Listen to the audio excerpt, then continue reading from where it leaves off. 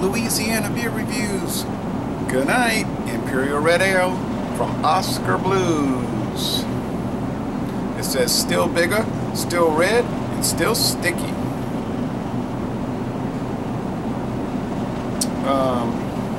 From Colorado. This beer is sold in the kegs, the half kegs, and the 16-ounce cans, and that's it. They don't say when it was introduced, and on the website I couldn't find anything about ingredients. A lot of cutesy writing, but I would rather have sort of bland recipe descriptions. Longmont, Colorado. It says canned on April 10th, 2015. Green means good, guys. I'm glad they put the date, guys, because it is nice to know when the beer was produced. So it's over 2 months old, but at 8.7% alcohol, it probably is gonna be okay. Would have rather be having it in April, but 60 international bitterness units, so it's not going to be too bitter, especially with the high alcohol by volume. It gets an outstanding score in Beer Advocate. The bros say it's very good, so they're saying A+, but the bros are saying B+, and then a 99 out of 100 on Rate Beer, a 98 out of 100 for the style, and a most excellent score on the Beer in Me. So here we are at Mathern Supermarket, well known for their craft beer and their regular beer selection here in the river parishes of Louisiana. Also with Baton Rouge locations. So let's see how this tastes here at 6:30 a.m. Put it in this little Anheuser-Busch shelf glass.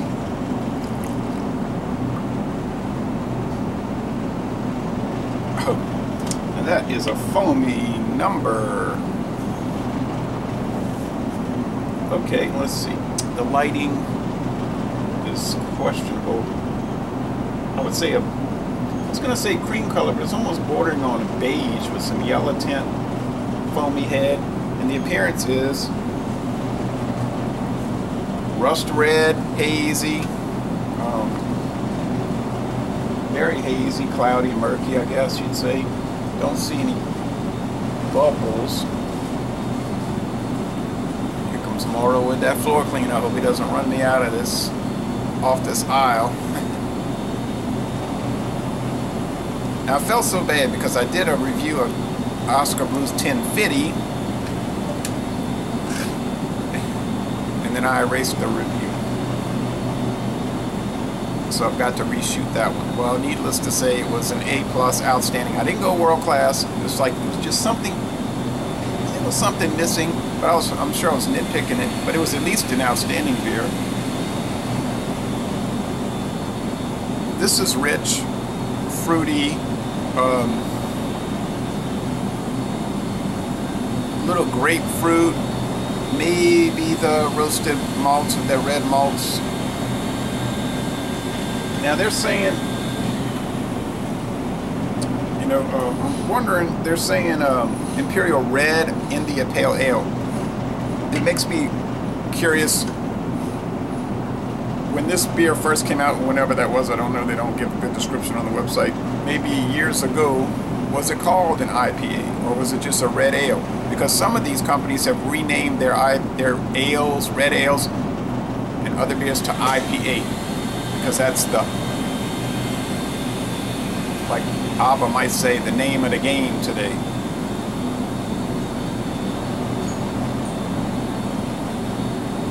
Nice aroma, not something you haven't smelled before if you're used to these strong ales, hop-oriented ales. You know the aroma probably. Hop resin.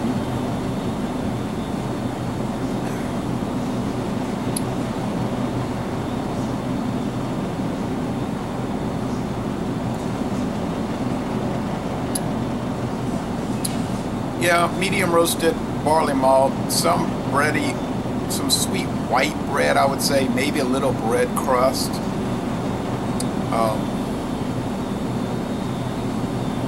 Grapefruit. Now, I'm getting the tannins. You see these red ales, I used to not like red ales at first because they had that strong tannic, like tea leaves, or like if you see a little creek and the leaves setting in the creek, you get that brown, that's the tannins from the leaves, or tea leaves, like if you had that at home.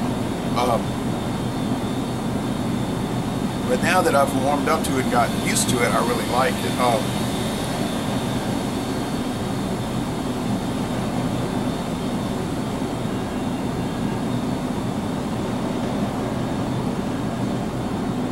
Bitterness is certainly low.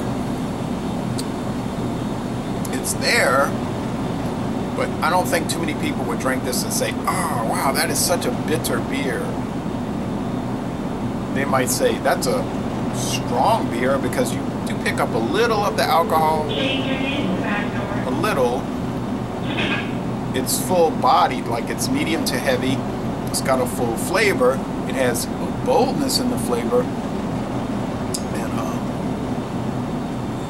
So you couldn't say the beer is dull. I don't know how anybody could say that. The finish is on the dry side. The drinkability is quite good for 8.7. I don't know if I would think it was that high ABV if I had this without knowing ahead of time. I don't know. Although I think I would realize it's a high alcohol beer. I don't know about 8.75, but 8.7. It's flavorful. It's enjoyable. I would not say that it is remarkable or unusual. Now they have the Southern Prohibition Brewing Fire Ant, which is similar in ABV. I think it's like 9.5, maybe just 9, from Hattiesburg, Mississippi. It's very similar to this, although it probably is newer than this one. This is probably one of the older ones. Trying to decide how to score this. I think maybe the Bros, and I want to read what they said about it when I get home. Take another little taste.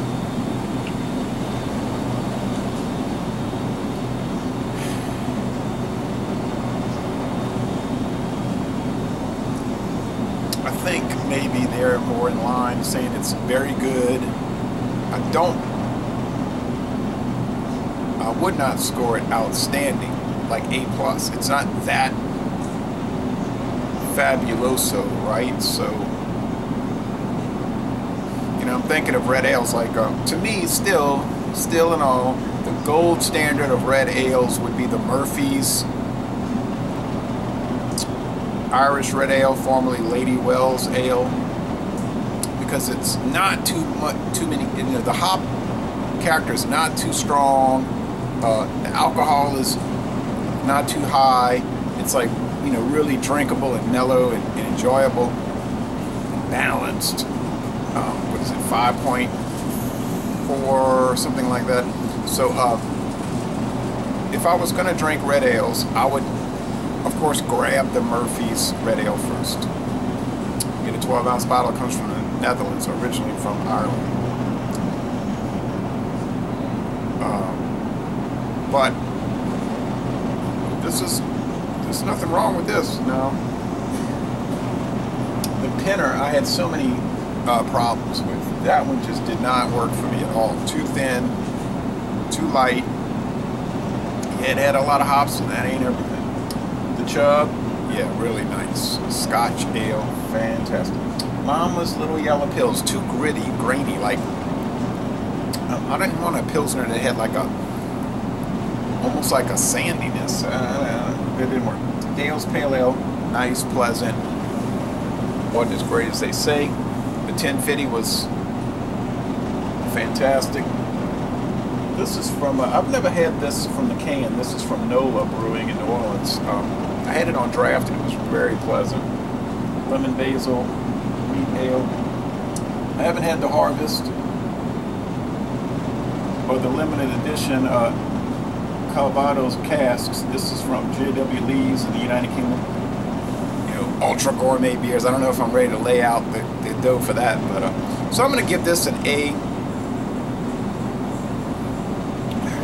Yeah, I'm going to say excellent, most excellent, but I'm not going to go with outstanding. So I'm kind of cutting down the middle. Not world class. It's not a 99 out of 100. I don't see that. But on the other hand, I think the bros are going too low with the B+. So whatever the case, you're not going to pay a fortune. And secondly, it's going to be a good beer. Okay, so if you like a good beer, this is one to try. There's no doubt about it. So y'all come on down to Matherns and check out their, well, it's an adventure to come in this place. Beer selection.